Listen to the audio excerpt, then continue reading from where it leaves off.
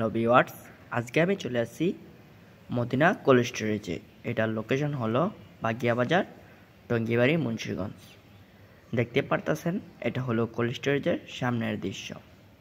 একটা কোল্ড স্টোরেজের তৈরি করতে অনেকগুলো ধাপে ধাপে করতে লাগে, যেমন মেশিন রুম বলেন, অফিস রুম বলেন, ম্যানেজার রুম বলেন, সুপারভাইজার রুম বলেন, হিসাব নিরীক্ষকের রুম বলেন, অনেকগুলা ধাপে ধাপে কাজকর্ম করা লাগে। আজকে আমি দেখাবো এই ধাপগুলো সমূহ। দেখতে পারতেছেন এটা হলো সুপারভাইজার রুম।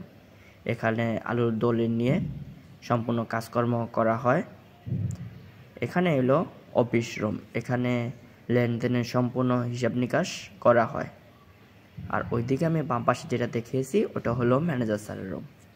এখন এটা হলো শেডের দৃশ্য। এখানে ফিরিখোল থেকে আলু এনে এখানে রাখা হয়।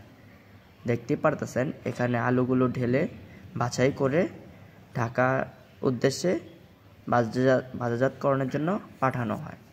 আমি এখন আপনাদেরকে ফিরিখোল থেকে চেম্বারে নিয়ে যাব। দেখতে পারতেছেন চেম্বার থেকে লেবাররা বস্তা এনে এনে ফিরিখোলে রাখতেছে। এটি আবার বিছনা আলু হিসেবে কৃষকদের দেওয়া হবে। আমি আপনাদেরকে চেম্বারের 5 তলায় নিয়ে দেখিয়ে আনবো। দেখতে পারতেছেন আমি সিঁড়ি দিয়ে উপর দিকে যাচ্ছি ও চেম্বারে কিভাবে আলু সংরক্ষণ করা হয় সেটাই আপনাদেরকে দেখাবো। দেখতেই থাকুন।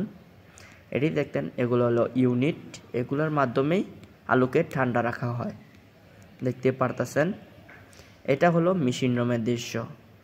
কোল্ড স্টোরেজের মেশিন রুমের দৃশ্যর ভূমিকা অনেকটাই গুরুত্বপূর্ণ। দেখতে পারতেছেন মেশিন রুম পরিষ্কার গুছালো ও এই মেশিন দ্বারার মাধ্যমেই আলুকে তাপমাত্রা ও ঠান্ডা রাখা হয়। দেখতে পারতেছেন এখানে অনেক যন্ত্রাংশ রয়েছে ও হিবিজিবি পাইপের মাধ্যমে কেমন একটা গুছালো একটা এই দৃশ্যটা ঘরের দৃশ্য। দেখতে পারতেছেন এদিক ওদিক পাইপগুলো ছোটাছুটি করছে। দেখেন পেঁচালো পোচালো রয়ে গেছে, তাও যারা এগুলা কাজ করে তারাই বুঝবে, হয়তো আমরা সাধারণ মানুষ নাও বুঝতে পারি। দেখতে পারতেছেন এটি হলো মেশিন রুমের দৃশ্য। আমি চলে আসছি মেশিন রুমের সামনের দিকে। দেখেন এটা হলো কন্ডেন্সারের দৃশ্য।